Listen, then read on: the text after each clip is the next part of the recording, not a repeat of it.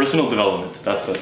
Episode 2, technically 3, personal development. Personal development, that's right. It's important to note that our brain will pick up information. It just will. So it's up to you, like, what kind of information you feed to it, right? If you don't consciously and deliberately take information out there, take books, notable leaders and feed your information from there, you'll just pick it up from social media, from your friends, from your parents, from whatever's around you. So let's jump into specifics. Yes. This book called Inner Size that I read, kind of a reference to the fact that there's exercise for your, for your external body organs, and there's inner size, that's exercises for your brain. It has to be treated the exact same way. It's so funny, from reading Can't Hurt Me from David Goggins, he was talking about not exactly that, but something that suggested exactly that. And it literally made me write. It's like a couple days old in the notebook. Like, you need to exercise your mind like you exercise your body. Yeah. It's the same thing. 100%. You callus your palms when you lift iron so they don't tear.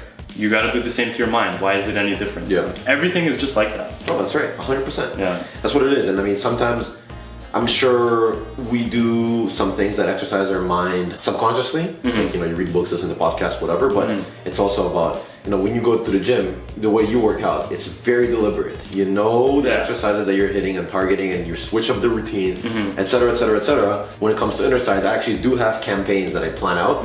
I've written in my notebook, like, for the past 2-3 weeks, my campaign right now is heavily focused on discipline. Like doing the small things that I always hate doing. Yeah. So for example, when I take out the water, the Brita out of the fridge, I always refill it, cleaning things up. The first thing, actually, what I do now, when I first wake up in the morning, if I have time, like, first thing that I do is clean up and organize. Yes. It's just shit that I don't like doing, but overcoming it, and I just identify for myself, super valuable thing that I'm gonna do. Absolutely. Right? I agree. So it's the same way. It's exercise, inner size. You can deliberately plan how you're gonna exercise certain habits, personality traits that you have, and make them better and stronger. Yeah.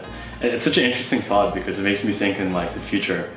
There's exercise gurus, fitness influencers, whatever, that tell you how to exercise your body to get certain results, routines, whatever. But there's nothing like that for the mind. I wonder. There are. You just don't follow them. Well, they're not big yet. They're not big. That's what I'll say. It's definitely not mainstream. Just like maybe lifting was in mainstream in, I don't know, like 70s and 80s. But then here we are. That's cool. I definitely see that as being, like, do these set of exercises for this training of the mind. Yours is, you're doing a discipline thing, but one thing, and let's say to just build up resilience to pain, if you're doing a mental training routine, is that here's a hot glass of water, hold it for as long as you, like, I'm just making it up, but it'd be so cool to think about those things. So the book Inner Size is literally that. Yeah? It's literally just that. It's breaking apart into... I'll read it then. I'm curious. It's not the greatest book. I'm sorry, John Asaraf, if you're reading. You replied to my Instagram one time, so I know you have the capacity to watch pay attention. So, I'm sorry. I love the content. I love how it is. Maybe it's for other people. Maybe it's just not for me. But I think the reason, actually, funny enough, is that why it's not as big is because with stuff like exercise, you see the guy that's super jacked, you see the girl that's super fit, and you're like, I'm gonna do that. Yeah. And the same thing, if you could somehow link your like inner size, and people do, I mean, to the Lamborghini, to the success, to the life you want, to the freedom. Yeah. That's very true. It's very. That's why the Ed Milet's and the Tom. That's why I like Ed Milet and Tom Billy. Is because they're like, look at all that I've built. Look at my mansion. Look at all the stuff. Now listen to what the hell I have to say. Yeah, it's about building confidence. It's about improving your speech. It's about improving your delay gratification. Yeah. Yada yada yada. That's why I like those kind of guys. But it's just like anything, right? You look at the guy that's super jacked or the girl that's super fit, and you're like, okay, I want that. Most people, what's the stat? Like people, after New Year's start, they just drop off. Yeah, exactly. Just like everything, right?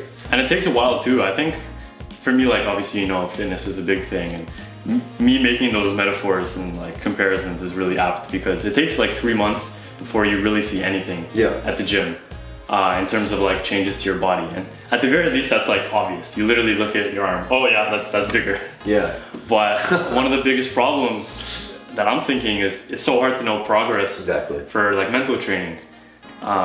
So I think and I've been trying to fix this with like just keeping track of how many days straight I do certain things. Yeah. Like not snoozing my alarm. I'm on like day 29 now. Trying like just don't do it. Yeah.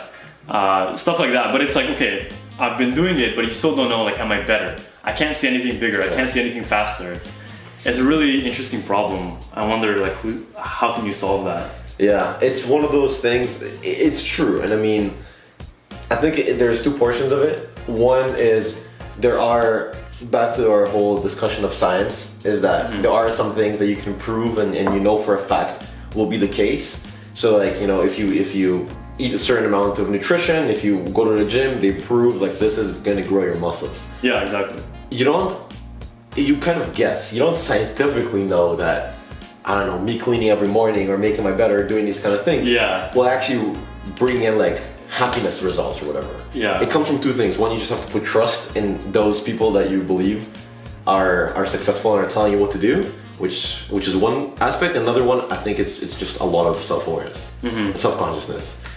From things like journaling, because when you journal and you write your own thoughts down and your own like actions and what you did, and then you go back there, you actually develop that self-cognition. This is the previous you speaking to your current you. You're able to analyze that maybe in a scientific manner, but also, you know, through things like meditation, you distill yourself in the environment and you just listen to yourself and pay attention to yourself and start really thinking, analyzing, paying attention to your own life and what's happening out there.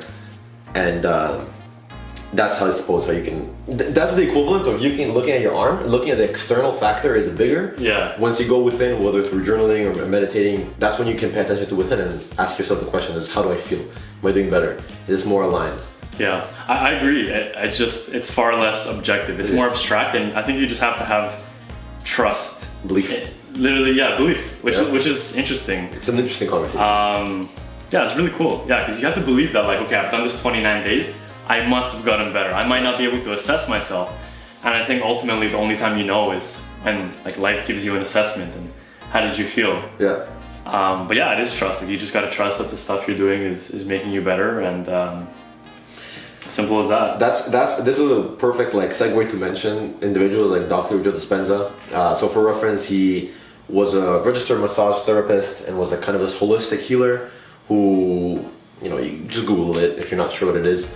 Who help people just feel better, be better, act better. And he was so interested at the effects of your inner working, your inner brain, your psychology, changing your reality and your health through your mind alone. He went back to school and started neuroscience and then he has a PhD. Yeah. So that's a little background. And now he holds seminar, has books. Yeah, he's huge. Yeah, so he's huge now. So where I was going to go with that, and then another individual, Ed Milet, who actually has a whole aspect of like, you know, believing in God, believing in your fate and in your destiny, is whether they're right or wrong, is the fact that they have the huge aspect of belief and hope. Focus their attention on something really good, and then they put their completely relentless, undisturbed belief in that. Like, I believe that if every day I do this, I will get to the destination, and that's it. There's like no right and left. They just do this. They believe in it, and that's what drives their like everyday. I think that's like because there's two sides to every coin. Like, that's the negative side, in my opinion, of being very scientific. Yeah. Is you have the tendency to not believe. Yeah. You need fact, but at the moment it's a fact. It's not a belief. It's a fact. Yeah. Right. It's like a paradox. But you need to have like some sort of belief, you know, motivation or whatever, in the absence of very obvious fact.